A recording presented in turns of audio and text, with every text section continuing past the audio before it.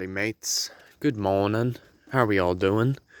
It is Monday, December 5th, 2022, and I just not too long ago woke up from my camping spot. Yesterday was a nice night, especially to have a fire. It was good. And I'll tell you what, like Payne's Prairie campground, it's a nice one. And, if you ever decide to camp here, try to get the tent only spots, just because they have a lot of ideal trees in the given area that's suitable for hanging your hammocks. So it's awesome. Unfortunately, my particular spot that I had, there was no one else nearby, so you get to have a little bit of privacy too. Have some time to recollect your thoughts and just be in one with the natural world. So I figured, since I was already near the campground, I wanted to check out this lake. This is known as Lake Wauburg, not to be confused with Mark Wahlberg. The only difference is it's W-A-U, not W-A-H-L. But I'm not exactly sure whether this is a natural lake or not. Pretty sure it is, just because there's no man-made structure that's holding the water together. So I believe this is a natural one.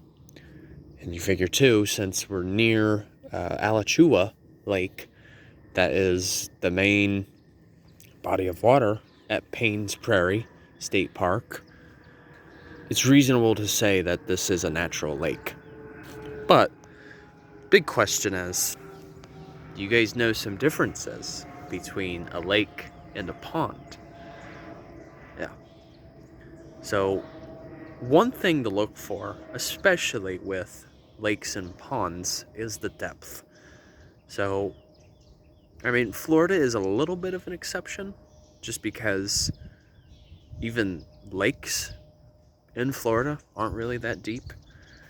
But on a more natural scale, especially if you go further up north, lakes tend to have a deeper depth. So they literally have a particular zone where sunlight has a chance to penetrate into the water, but only to a certain depth. Once you get past that, that's when it gets into more of the benthic zone, which essentially forms the bottom of a lake. Now, lakes can be in different categories. You got oligotrophic, which means typically it's a colder lake, but there really isn't as much life in them. So in other words, it's very what you call bare. But unlike Florida, which generally maintains its warmth throughout most of the year, it's reasonable to say that this is most likely a eutrophic lake. So what that means is, essentially, there is more nutrient value in terms of nitrogen and even phosphorus. You're most likely going to see a bit more of the phosphorus, since that's more common in freshwater. But yes, so those are the two categories of lakes, but I didn't tell the difference yet. Ponds, on the other hand, they're actually really shallow, and generally sunlight can reach all the way to the bottom. And for another, ponds, in terms of the volume per se, ponds are a lot smaller, whereas lakes, of course, form a much more vast volume. Wow, it's a little foggy today. Fortunately, this past night I had a sleeping bag. That's, by the way, from Ozark Trail.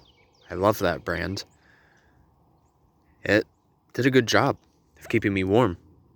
So this fog is simply the result of, since Florida has a bit of humidity that occurs, there is a little bit of a higher dew point due to the humidity.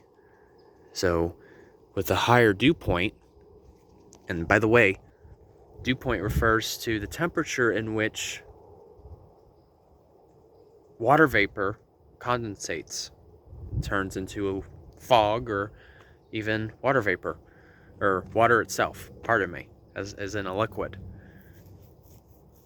So since right now it's a higher dew point, typically like during this time of the year, like in the 70s or 60 degrees Fahrenheit, that range, and then it cools off rapidly during the night, you're going to have a lot of fog, and it's going to feel a lot chillier than what it is because of that humidity.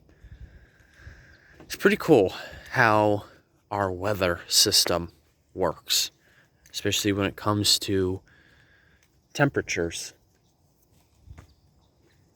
So I know I got a little more sidetracked, talking about weathering, but it's all interconnected. So me personally, I just believe, this is of course recreational, but we also should understand the hydrology of the area too. That way, when we are enjoying ourselves out here, we want to be responsible so that we can maintain this particular piece for future generations. So, all right. Take care, you guys. Hope you all have a good week. Take care, folks.